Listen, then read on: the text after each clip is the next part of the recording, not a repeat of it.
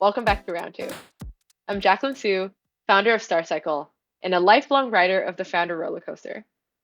I've built companies, I've shut companies down, and I've avoided talking about those hard moments.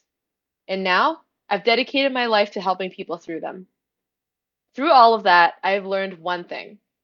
The hardest parts of entrepreneurship are usually the parts that no one warns you about. That's why we're here. Round 2 is all about the stories behind the highlight reel. The moments where something breaks, or shifts, or simply forces you to rethink everything. All the times that set you back, but are really just setting you back. Fuck. The times that set you back, but that really are just setting you up for your comeback. And for season 2, we're bringing in more than founders. We're also talking to operators, advisors, investors, and all the people who are in the trenches with us. Because if you've ever wondered, am I the only one who's struggling like this? The answer is absolutely not. And the conversations prove it. So grab your coffee, get comfortable, and let's jump in. Today, I'm joined by someone whose life is the very definition of round 2 and is also the embodiment of reinvention. Because despite quite literally striking out, you never know when that next at bat will be a home run. Andrew Bennett is currently the head of small business at Fifth Third Bank. His journey is truly one of a kind. Starting as a professional baseball player to exiting a fintech startup, he's truly seen and done it all. I'm so excited to chat with Andrew today, or rather, bring one of our many, many jam sessions officially onto round 2, because I've always appreciated his very unique perspective from having been in both startup land and also in the world of small businesses. It's very rare to find someone who is fluent in both and is equally excited to work all along all sides of that spectrum. And even more so to be in a position to truly be able to empower entrepreneurs through their own round 2s. Welcome, Andrew. First of all, we have to start where I know you actually didn't want me to start, which is your Hmm. baseball career. Okay. Uh, so you had How a far back minor are we league, talking here? as far back as you would like to go, but primarily speaking, minor league baseball career.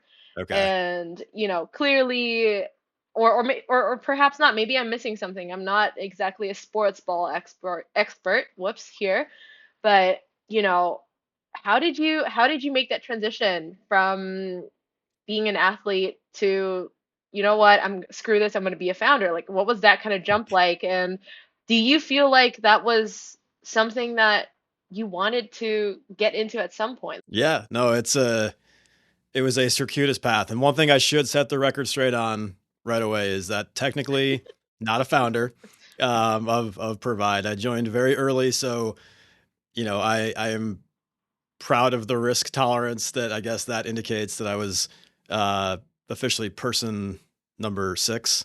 Yeah. But I do think that the founder label is a sacred thing, and to start something from nothing, right? And so Hmm. officially not that. Although I was lucky that the two co-founders were two of my best friends, still are two of my best friends. So, but from baseball to there, yeah, it's a great question. I had a chance to play, as you mentioned. I refer to it as a brief, unspectacular career in minor league baseball, but it was really fun. It was really fun, even if for just a couple of years to get paid to play baseball as a childhood dream, and so that was fun.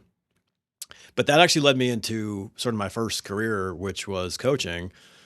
Hmm. So coached at the high school level for a few years, and then the college level for um, 5 or 6. So most of my 20s I spent as a coach, and it was, I viewed it as a calling. I loved it. It was my passion. I was 29 and um, starting to feel ready for a career change. And that was around the time that Dan and James, two guys that, since we were 8, 9 years old, had been friends, all of us, um, they were about 18 months into the very typical startup journey, right? But it was the end of the 2015 season. So this is like, April, May when the college season ends. And um, I I guess it was maybe a month or so prior to that. I texted James and I'm like, hey, I'll whatever you need, I'll come do it. I'll make coffee for you guys. I don't care. I'm ready for a change. I want to come be a part of it. It sounds awesome. So that's what led to the, you know, one-way flight to San Francisco with my whole life packed in 2 suitcases. I love that. And for what it's worth, that's how you know it's real, right? Because, you didn't do this for the content. You actually did it for the plot. Like you were like, I'm gonna head out there and build with my friends. And it's not, Yeah. to your credit, it was not I mean, perhaps I just didn't go far enough in your LinkedIn post history, but I don't think you turned it into a series of Think Boy content on on No. let me fly out to SF and this is what it taught me about B2B SaaS. To kind of throw it back slightly to what you described earlier about quote unquote setting the record straight. I think for you to basically A, disclaim being a co-founder or a founder in general, but also B, being a part of the core founding team and quite frankly, what you like to refer to as like the zero point 0.9 moment, referring to, when generally people go from 0 to 1, you were kind of at the 0.9 to 100 kind of moment. And I feel like those folks are actually really the unsung heroes, right? Like you are taking also an equally huge bet on an idea. Perhaps there has been some baking going on, but it's not fully baked. And going out on a limb and saying, yes, I want to be a part of this. Yes, I want to. Yes, I believe in your case, my best friend so much that I am willing to pack my bags and head out there. What made you make that decision? Like, how did you decide to join? Other than, of course, it sounds fun, which I think for what it's worth is also super valid because that was quite honestly how I came about founding my first two companies was, Sure. hey, yeah, that sounds kind of fun. Let's do it. What was it about? Perhaps it was, your friends that you were building with or the problem or something about that made you think, yes, I want to take this leap and I want to see it through. There was definitely an element of just the trust, right? Like I knew these guys so well. Um, I knew the kind of humans they were. I knew they were super smart. Um, I knew they had crazy motors, right? They were gonna uh, just work until it worked, right? So I guess on some level, I saw their passion, and I'm like, this is not just a passing whim, like that they're just gonna like try this and get sick of it. Like they want to make this work, right? And they really believe in this. And it was even before I joined, just like they shared some of their early business plans with me. I got to read those, and it was just like infectious that this excitement they had, right? And so I think that was part of it. And I think I also just probably deep down felt like, I had something to offer them, right? My years in coaching, I had some imposter syndrome for sure. Like, has the last 7 years been spent on something that like translates in any way to to building a company? And it turned out it did. Recruiting, coaching, managing people, building a college baseball program is ended up being more similar in a lot of ways to building a company than I would have thought. Um, so you put all that together, and I think I just kind of felt like we'd be successful, right? I felt like they'd be successful, but that I could add to it and help them. Um, and and then it was just like a good period in my life. I was single at the time, pretty unattached to anything in the world, and it was just like, let's go do this. So I and it's interesting because I think now about and this is obviously sort of a cliche in the startup world, but like what you don't know, you're that ignorance is just like so important, right? That you don't know. Maybe like intellectually the odds, but you don't really process like how unlikely it is that it's going to succeed, right? You insulate yourself from that emotionally, just naturally. So I think there was probably an element of that too, but I think it was the connection Yeah. with those guys and the belief in them. Yeah, shared delusion, if you will, Jared Alou perfect way to put it. Yes. but complementary. Yes. I mean, one of the things you also touched on earlier, and I want to dig a little bit deeper into, is you talk about how you guys got lucky. And I know that, of course, as you also mentioned, a lot of hard work, right? But I think to your point about being delusional about your odds is realizing how lucky you are in hindsight. And I know for sure that there were a bunch of moments, near-death experiences that perhaps every founder goes through, but I'm sure you guys went through that you pulled through by the skin of your teeth, or just by doubling down on yourselves, or anything along those lines, just like when the chips were down, just leaning on the team, leaning on each other. And so I know one of your major first pivots was narrowing down, finding your niche, right? Because there was a moment of sheer gumption, sheer grit isn't enough. We need to drill down on something and double down on it. Yep. So walk me through that a little bit. What was the Yeah. moment that you looked at what you guys were building and you were like, hey, wait a second, we're boiling the ocean. We need to focus. How did you end up picking what to work on? Yeah, it's one of my favorite parts of the story, honestly. And I had the benefit of, the guys had just sort of started to, um, I think, contemplate this pivot around the time that I joined. So what you're referring to, obviously, being the healthcare focus, right? Dental, vet, medical. That was like starting to take shape um, in early 15 when I joined. I think it was the realization that small business, as passionate as we are about it, it's not necessarily itself a category, or that may not be the best way to think about it, right? It's a collection of industries, and they, there are certainly ways to address the entire market and support general small business with good products. But when you're small, as we were, um, there's a huge benefit to going narrow, right? To being like hyper focused.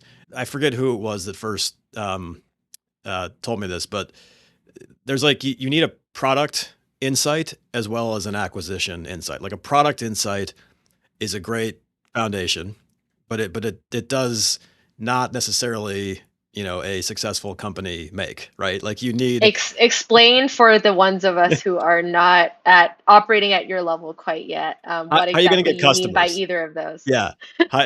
So a product is like can you build something cool that will solve a problem for people, right? Mm-hmm, The mm-hmm, acquisition is how you're going to get customers. mm-hmm.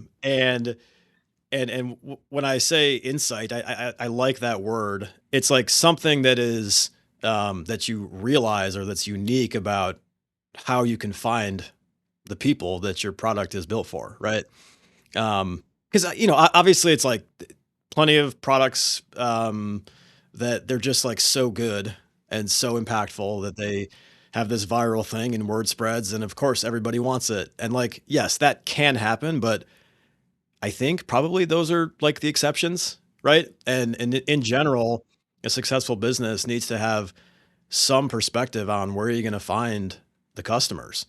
And that was, I think, for us, a huge part of why healthcare was so appealing. Like practice owners are great financial services customers. There's no doubt about that. And other banks were already in the space, but there wasn't really a big fintech player at that point. And I think we looked at that and we're like, okay, well, we know where to find the dentists. Like, we can figure out where those customers are. Um, but of the millions and millions of small business customers, when we were trying to address the entire space, um, that's just so much harder when you're small and you don't have a bajillion-dollar marketing budget to go build a huge brand, right? So that was I think one of my favorite parts, again, just because I'm a big believer in focus, and so I love stories when focus turns out to be an unlock for something. Um, the other one obviously was like becoming a lender, right? And not just sort of a connector of businesses to sources of capital, but actually making loans ourselves, right? And that was a customer experience thing, right? Like where we just kind of realized you have to own the whole customer experience. If you're packaging up an application and then handing it off to somebody else to do the underwriting and fund the loan, you're handing off way too big of a and too critical of a piece of the customer experience to somebody else, and you got to just own that yourself. So those were kind of the two big shifts. And again, it was fun to be there around the time we were realizing those things because, in a sense, it wasn't like a back to zero, right? But like Mm-hmm. from a point nine, it was maybe back to a point two or three because we had to we had to kind of rethink some things Yeah. and No, restart in a for way. sure. I mean, in the immortal words of Kylie Jenner, it was the year of you guys just like realizing things, you know? So I Yeah, think there's yeah, there's a lot there's a lot of truth to that. And no, I think the word insight is so critical because there definitely is a bit of a almost like a hokey saying right now in the startup land really is, oh, storytelling is the moat now, or like, mm, you there's no longer a build it and they will come. You gotta go to them. You yes, gotta know how to go to them, and just saying, oh, I'm just gonna post on Twitter. Oh, I'm just going to run ads. Like that is not an insight. Those are right, table stakes, right? And so I like right, that very specifically said those need to be insights, and they can be insights from customer research. They can be insights from actually, well, the best part is building the product and seeing how it collides with the real world. But either way, this it has to be something that you can own and fully defend, like end to end. And that's yep, I I think I appreciate you putting a spotlight on that because I think it's one of those things where it sounds so obvious when you say it out loud, but I yeah, don't think people necessarily, unless you really have the benefit of, hindsight, or perhaps having been in that industry or whatever it is long enough for you to intuitively, yep, you know, put that together of like, this is how we win because we are able to see something that no one else can. So I really appreciate that. So, coming back to pivoting, a lot of yeah, now, yes, you had the insights, right? And then there's the actual part of executing said insight, which is, of course, part of the whole journey. And a lot of people perhaps might have gotten to the point where they also found the insight, and they learned this the hard way, but aren't able to pull it off for whatever reason. Perhaps it's because they were so married to the old idea. They were clean. It became a part of their identity of, oh man, we were the small business fintech guys. How did you guys decide, you know, that it was absolutely necessary? It was a do or hmm die. Like, was there like a particular light bulb moment? And what would you tell someone who's perhaps looking at a very similar path right now? What would you yeah. what would you do in their shoes? For sure, one of the challenges I think to me, in probably any situation is, we were small, but we had, gosh, I'm gonna get this wrong now, probably somewhere between 10 and 20 people during these uh, various pivots, and you're always gonna have probably the entire company in like different stages of belief and conviction that the pivot's the right thing to do, right? Like, and it's ultimately, this is where I give Dan and James a lot of credit because they got there. Even just like the three of us at different paces sort of got there, but I think we all realized like, okay, this isn't working. But then it's like you're gonna have people who very understandably, right, are attached to what you were doing and are not as convinced as you that it wasn't gonna work, right? Because like the whole paradox is you got to make the call before you fully fail, right? Like you can't, um, if you wait until you know it's not going to work, it's too late. So you're Yeah. making this decision while there's a shred probably of a chance that or more that what you're doing might actually turn out okay.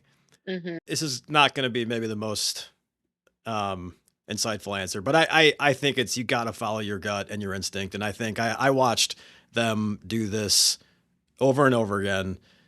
Like I think there's like a founder instinct where you just know. Now I think they'd probably say, and I certainly myself felt this that um there's you have to overcome your own attachments to what you were doing, right? And there's going to be maybe that like little part of you that is going to be sitting on your shoulder saying like, no, don't change what you're doing, like it's going to be okay. And so you have to be like, okay, is that the voice of reason or is that the little delusional voice that's going to, lead me off the cliff, right?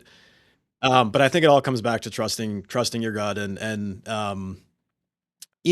I think in a lot of cases there are probably ways, and to some extent we did this to just run experiments, right? Run little experiments, test the waters to the extent you can, If you have a hypothesis, like try it, right? Find a low cost, low risk way to be like, are we totally crazy or is there maybe something here, right?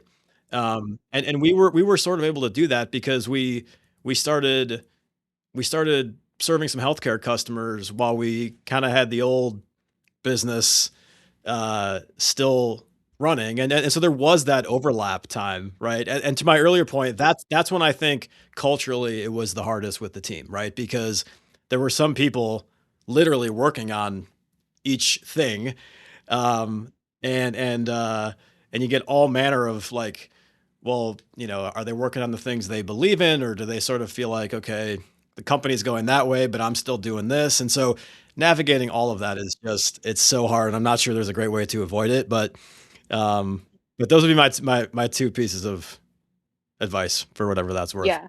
No, I think that makes a ton of sense, and I think that's one of the hardest parts about being the founder, right? Is you don't know if you're crazy or if it's the right thing to do. Right. Sometimes you just have to trust your gut, even though you're like, maybe my gut has IBS and doesn't know what it's doing. But Yep. that Great analogy. trust my gut, but should I?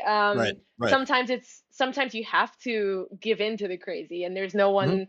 The only way you're gonna find out if it worked is in hindsight, really. Yep. And want to bridge that into something that's a little bit closer to today, right? Yep. Where you are at currently at Fifth Third played a pretty big role in keeping y'all alive through another near death experience. And now, kind of full circle, you're here, you're perhaps helping out a lot of folks who are in a similar situation. And yeah, would love to just hear a little bit more about how that relationship got started, because I'm sure a lot of folks who are in a similar position are perhaps looking for partners, looking for Yeah. perhaps someone to either build a relationship with or perhaps have, an outcome similar to you. And how did that lifeline kind of happen, if that's the right way to describe it? And how did you end up joining? What made this the right decision? Yeah, it's been an awesome story. So Fifth Third originally invested as an equity investor in our Series A. This is late 18, early 19. Um, so our Series A and B were both led by QED investors, venture firm focused on the fintech space. They were like our dream lead investor like from the beginning. So it was really exciting. Um, and Fifth Third has a great partnership with QED, and so I think like at that stage, having Fifth Third come on as an equity investor certainly had an inkling that maybe that would lead to something like this down the road. But you're not, at that stage, you're not really thinking in those terms, right? You're just like trying to scale a company, and um, so that was where the partnership started. But then I think one of the amazing uh, benefits of having a being a lending company and partnering with a bank is that there was also a loan buying partnership, right? A commercial partnership. So yes, Fifth Third was an investor, but we got to know each other really, really well from selling loans, because that was our model. We would originate loans and sell them to bank partners, um, a small number of select bank partners, right? To really build deep relationships. So when Fifth Third became one of those, and that took a bit longer. That was I think February of 20. By the time we got the loan purchase partnership off the ground, and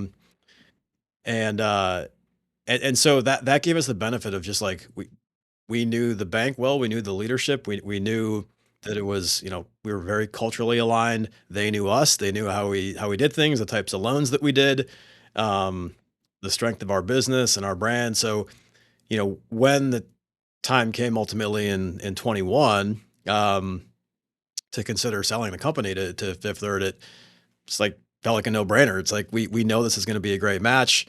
They're really committed to us, retaining some independence, running our business, preserving our culture, preserving the brand, all the things that you're always a little bit worried about with any acquisition of like what's going to happen, and so and the great part is Fifth Third just delivered on all of that, right? I mean, it really, it totally exceeded all of our expectations, and we had, I think the interesting angle, we had a lot of folks who joined us in the early years who came from banks. We're like, I want to go try this tech thing, um, and so there was a little bit of fear, I think, of, well, I left a bank, now I'm going back to a bank. Is it going to be just like it was before? And I think it totally fair, right? Um, but I think, over the course of the years since then, I think most of those people would say that it has been fantastic. But I like the decision to sell your company, and again, I'm speaking not as a founder. I think that again, fundamentally different for those guys at that moment in time contemplating that decision versus me being sort of like founder adjacent, having my own views. But it's tough. It's your baby, right? And it's like you know that even if it goes well, which it did, um, and even if things are going to change, right? Right. That is unavoidable and it's normal.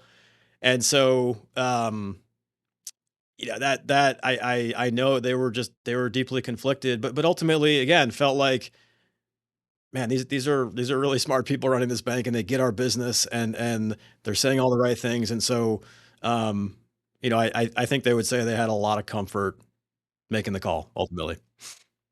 It's especially interesting when it's, you know, a partner that you've known for so long. And I think that's what people don't really talk about or think about is that quote unquote an exit opportunity or anything along those lines is it's not the day the headline is written is the very very very very tip of the iceberg.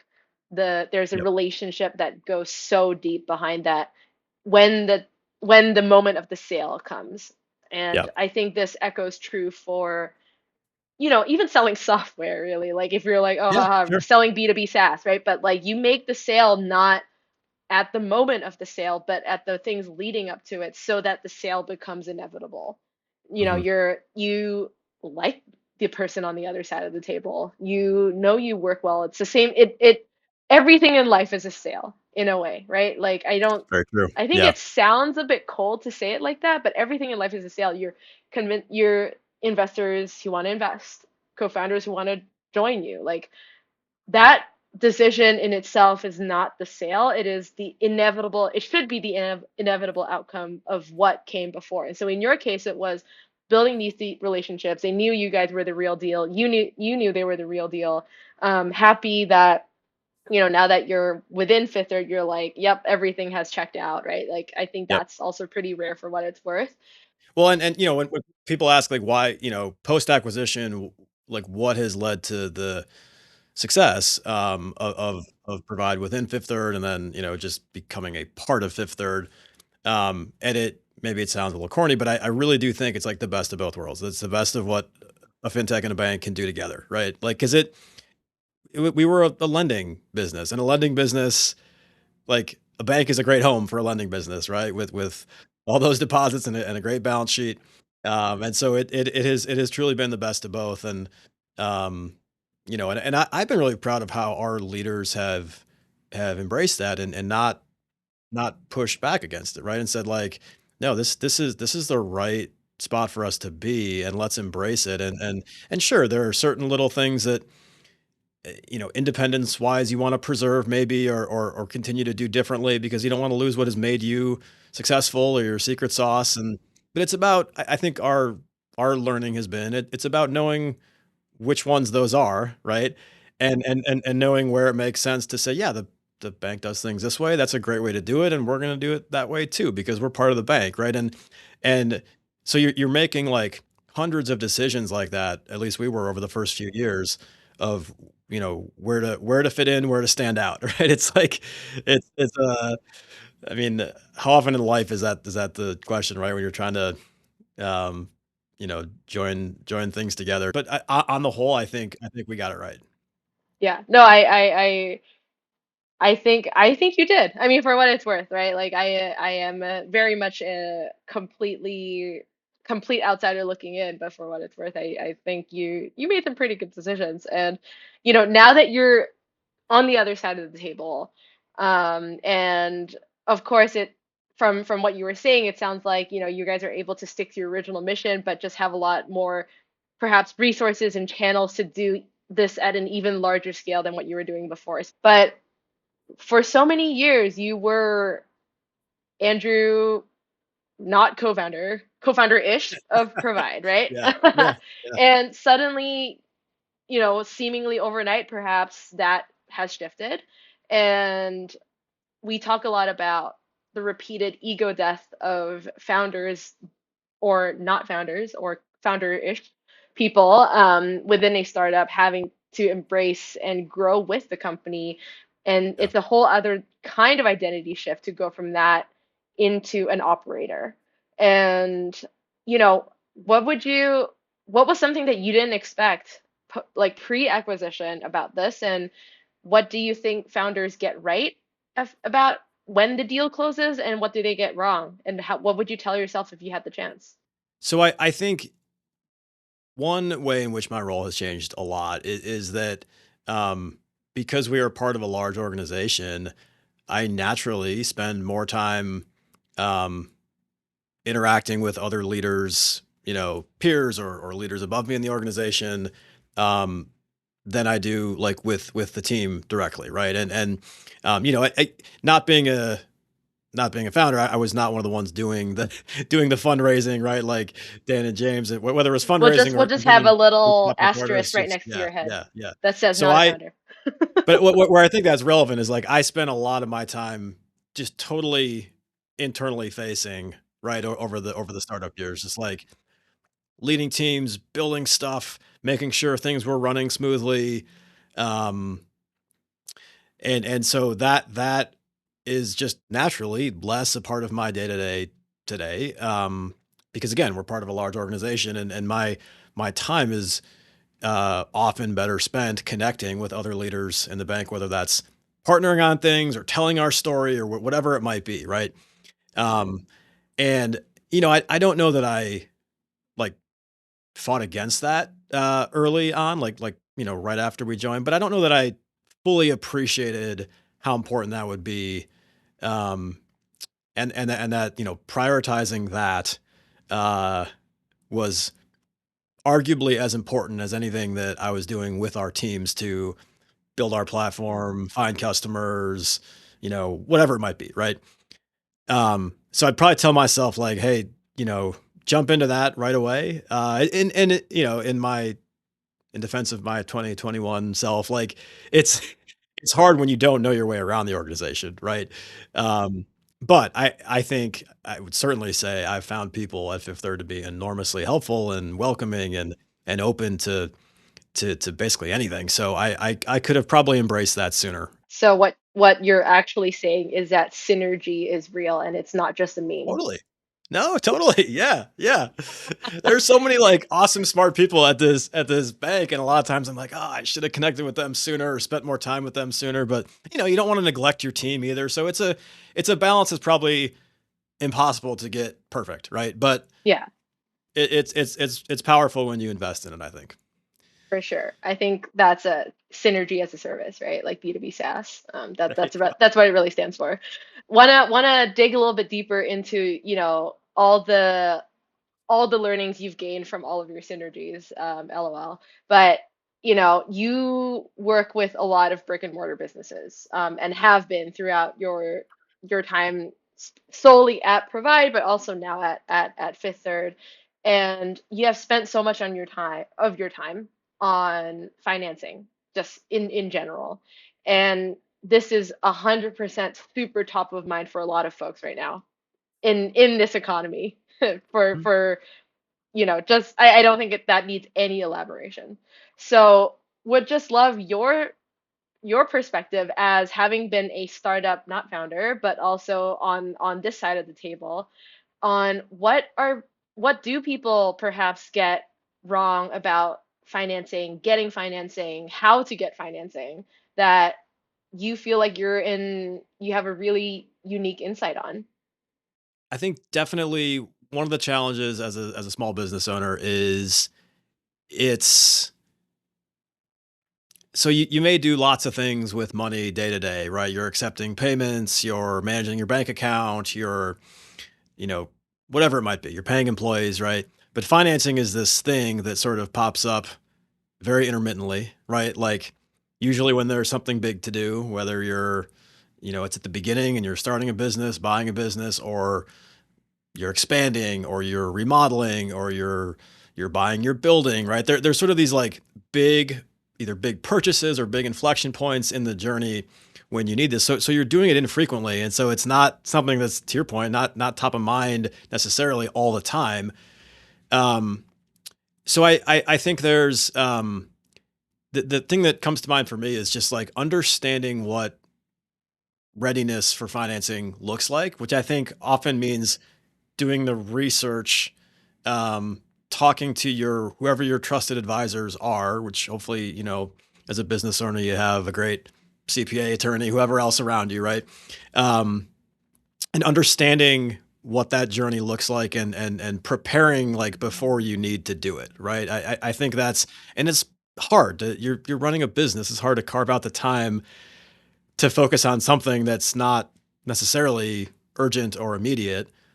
But I think that's probably what we see the most, um, just across the board is just like, you know, maybe not quite the full understanding of what it looks like to be financeable. And bank financing is only one kind of financing you can get, right? Banks are gonna, in general, have a certain risk appetite, look for certain things. Um, there are also lots of other good options. There are also some not so good options, right? That are more predatory, right? Like, understanding that landscape right before you have to dive into it, I think is probably the best thing a business owner can do.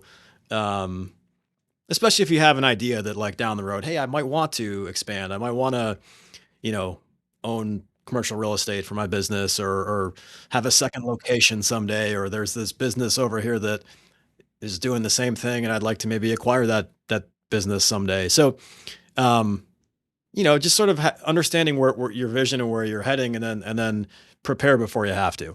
Oh, evergreen words, I would say. Prepare before you have to. I mean, Like, that's just a theme, right? Like always give yourself the option. Like yes, don't wait till you're flying off the cliff before you're like, you're like Wile E. Coyote trying to like, you're like, oh shit, like what do I do now? with Oh the God, with the legs spread out like her. I'm Yeah, breaking so many trademarks here. Uh-oh. I'm playing on thin ice, that's for sure. Um, but yeah, no, super interesting. Thank you for sharing. What do you think, startup founders get wrong about small business owners and vice versa?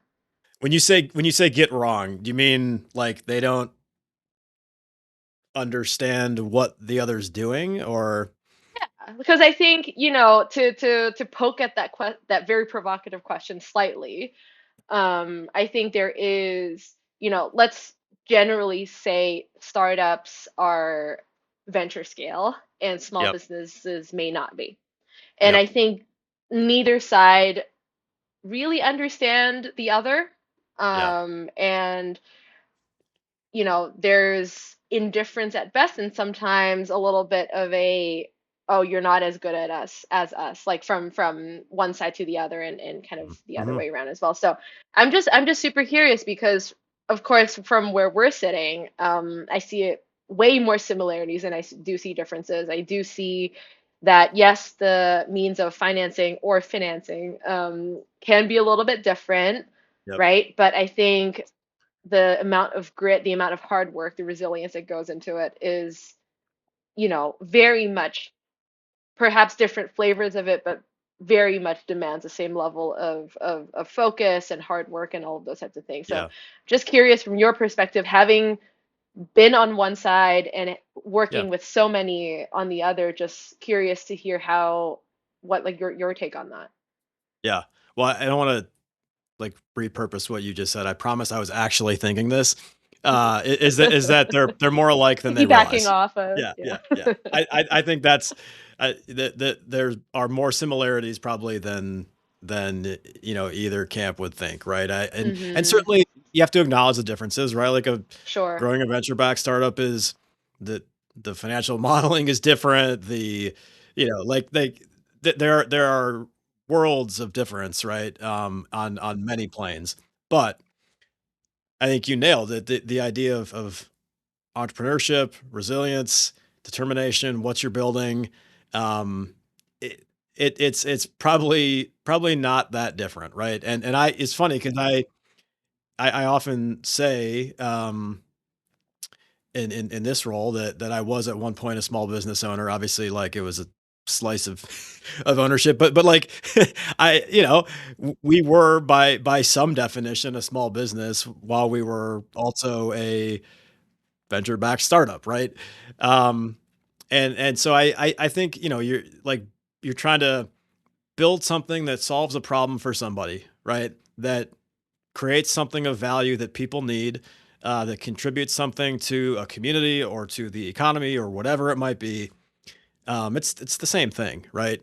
Different different ways to approach it, different ways to grow it, and maybe different ultimate goals in some cases, for what's like the sort of terminal state of this enterprise. But um, I think there are so many things that are similar. That was a very, very diplomatic answer, so I'm going to turn it around I slightly. promise I didn't mean it that way. I truly believe it. I really do. I know you do, so I'm going to put it to the test. Who is Okay. the best entrepreneur in the Bennett household? Is it you? Is it your wife Alexis with her pizza business Crude, or is it your daughter with her lemonade stand? Wow. So the lemonade stand is a little light on uh traction at the moment. So I'm gonna go with Wow. the pizza business.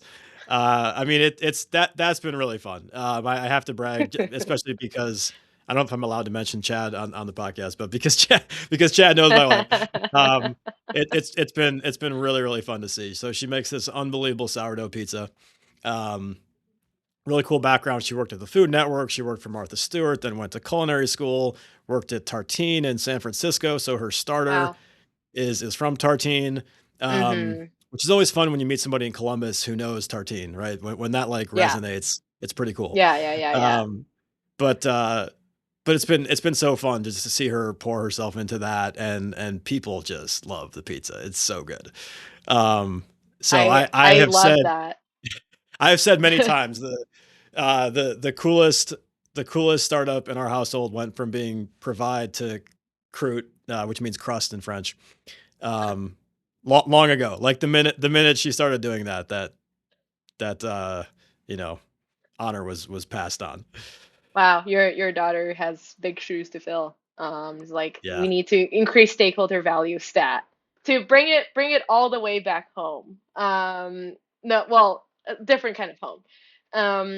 What innovations, new ideas, insights from your Provide days are you bringing into banking? And maybe you can tease a little bit on what's coming up in the pipeline for y'all, or perhaps just you in general, what you're excited about in the banking landscape. But how do you think small business banking is going to evolve, sorry, and how are you making sure that it's going to head in that direction? So I have to say it's the influence of technology, right? That's probably an obvious one with my background, but what's exciting that um, is happening now and I'm really excited in particular for our engineering team and our product team because our proprietary loan origination system that we built over many years that provide, which it's both like it's the customer facing experience of getting a loan, but also the internal teams, whether it's inside sales, credit, closing, using the system. It's an end to end loan origination system. Deploying that as we're in the journey now um, to the entire bank in terms of small business, right? So not just provide customers, but our 1,100 financial centers, um, our business banking customers, right? Just getting that piece of software that we've poured, and those teams in particular that I mentioned, poured their hearts and souls into over many years. Um, Seeing the impact and the reach of that expand is so fun. It's really cool. And there's lots of other great stuff. Like I don't want to sell short like our leaders who are expanding what they do and the other folks who've joined our organization with who have been at Fifth Third a long time. Those cultures coming together has been really fun and really rewarding. But um, it's seeing that piece of technology expand that has been a real joy. And so I think to answer your broader question, you know, whether it's lending or the day-to-day banking experience, like I'm just excited to see how technology continues to make day-to-day financial operations for a business owner way simpler. I always like to say I think banks play a supporting role, not a starring role, right, in the journey of a business owner. And so I think the goal has to be remove friction, remove pain, make things seamless. I think that's where we can have um, a big impact on the day to day of a business owner. And so you look at the things a business owner does, whether it's borrowing money, moving money, paying people, getting paid, right? All of that 5, 10 years from now is probably going to be infinitely more either tech enabled or automated or whatever. And to think what that like collectively for business owners should free up in the way of time and mental bandwidth and whatever else is an exciting thing to think about. Um, so I'm optimistic on that front. Well, certainly I would be worried if you weren't, but that's very reassuring news for everybody else. Well, thank you so much, Andrew or Coach Bennett, for taking the time today, and really enjoy our jams as always. Thank you for And having yeah, me. This was if really fun. of course, thank you so much. And for anyone who's listening who may or may not find themselves in Columbus, do check out Crude. I I can't say I have been to Columbus personally, but it is certainly now a bucket list item to check it out, if not to beat you at Scrabble at some point IRL. So it's Two on. good reasons. Yep, yep. And I like to say like congrats. It's been so fun to watch the and follow the Star Cycle journey. So congrats on all that you've Thank done there. you. It's been awesome. Awesome to watch. Thank you. Thank you very much. It's very kind. And I can only, if you're saying things like that you didn't get anything, you're not sure what you got right, you're sure you got a lot of things wrong, then I can only aspire to a fraction of that. So Very thank kind. you for being in a part of the journey as well.